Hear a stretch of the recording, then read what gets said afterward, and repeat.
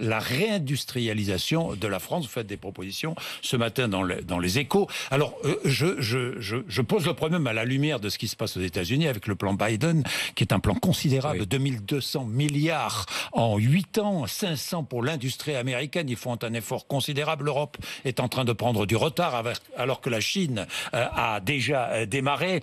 Vous proposez une baisse, très forte baisse des impôts de production, 33 milliards d'euros, une baisse de 50% des impôts de production. Pourquoi et comment financez-vous ? Parce que je veux que l'on redevienne une grande nation industrielle. Nous l'avons été, nous ne le sommes plus.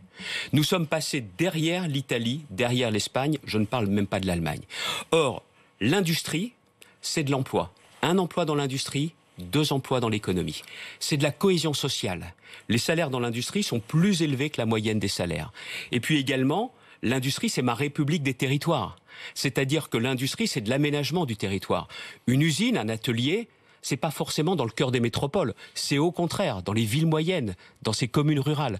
Donc ça correspond tout à fait au projet que je veux porter, avec cette idée de relancer l'emploi, de créer de la valeur, et puis aussi surtout de réaménager le territoire national français. C'est la même logique. Sauf que derrière ça, faut pas faire semblant. Si c'est pour faire un petit bout, oui, de baisse d'impôts de production, un petit bout par-ci, un petit bout par-là, ça ne marche pas. Tout ça, c'est de la com et ça ne marche pas. Il faut s'en donner les moyens. L'époque des demi-mesures, c'est terminé. Donc, n'est-ce pas le François Fillon de 2022 ?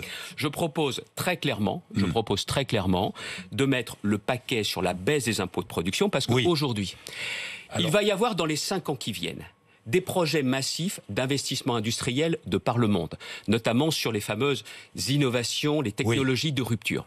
Elles vont regarder quels sont les pays qui sont prêts à les accueillir, ces industriels, ces investissements. Or, derrière cela, moi ce que je veux, c'est que la France ait toutes ses chances dans cette compétition. Et vous avez aujourd'hui, que ce soit en Europe ou ailleurs, des pays dans lesquels vous travaillez plus, où les gens sont moins payés, notamment au sein de l'Europe. On ne travaille pas assez en France ? Je pense sincèrement qu'il nous faudra libérer le travail, mais attention. Ça veut dire quoi, libérer le travail ? Libérer le travail, je me méfie de ces mots. Libérer le travail, ça veut dire quoi ? Ça veut dire qu'on revient sur les 35 heures ?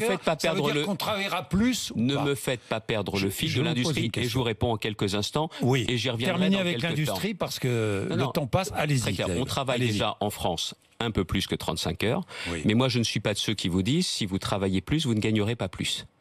L'augmentation du temps de travail, si elle se décide dans certaines activités, c'est forcément avec une augmentation de la rémunération. Donc c'est je peux y revenir plus. Travailler plus pour gagner plus, quoi. Voilà.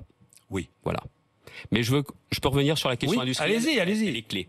C'est que vous avez donc cette compétition, même au sein de l'Europe, où nous n'avons pas les mêmes atouts, mais en plus on a un boulet au pied que sont les industries les impôts de production, où avant même de produire, vous savez que vous allez devoir payer. Si je fais cela, Monsieur Bourdin, je redonne la possibilité à notre industrie de se réinstaller dans notre pays, de réindustrialiser la France. Il n'y a pas une grande nation qui soit pas une grande nation industrielle. En protégeant l'école bleue et l'école blanc au même endroit, il n'y a que l'industrie qui permet cela. Oui, en protégeant la production française, j'imagine. Je vais jusqu'au bout du raisonnement, parce qu'il y a les impôts de production. Il y a la mise en place d'un crédit d'impôt production pour les investissements. Comme le crédit d'impôt recherche. En plus du crédit d'impôt recherche. Et puis il y a autre chose. Je l'ai expérimenté dans ma région, parce que la région des Hauts-de-France est une région qui, depuis des années, est à nouveau aux premières places pour attirer les investissements industriels internationaux.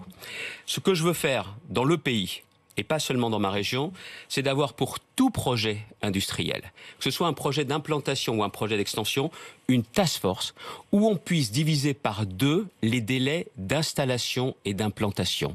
Que le préfet, avec les élus, puisse adapter la règle nationale, que l'on puisse aussi, pour tenir compte des enjeux industriels, avoir sur les bâtiments classés, avoir sur les autorisations, sur les fouilles archéologiques, la possibilité d'aménager la loi. J'ai souvent été confronté à des projets en Belgique ou en Allemagne. C'est pas la météo qui fait qu'ils vont plus vite que nous. C'est tout simplement parce qu'il nous faut décentraliser nos procédures, accélérer, parce que derrière, il y a de l'emploi. Et vous avez parlé de Biden. Et vous avez parlé de Biden. De Biden, oui. Il est temps aussi que l'Europe sorte de la naïveté ou de l'égoïsme de certains pays. Vous savez quoi, avec les États-Unis, ce sont nos amis. Il est temps d'engager un bras de fer. Parce que les États-Unis, comme la Chine, ont décidé notamment de mettre le paquet sur leur industrie. Mais derrière, il y a un sujet. C'est que nos marchés publics à nous, c'est ouvert à tout vent, Alors que Donc chez il faut eux, les protéger. c'est fermé. Il est temps de mettre en place les mêmes systèmes de réciprocité, de en disant on ne réciprocité. peut pas pénétrer vos marchés publics, pas de problème. Alors vous Ne pénétrez pas les nous. Mais regardez le spatial. Vous croyez que la NASA, Oui. avec SpaceX, il leur déroule pas le tapis Xavier rouge, Bertrand, faisant la même chose avec Ariane Espace. Il me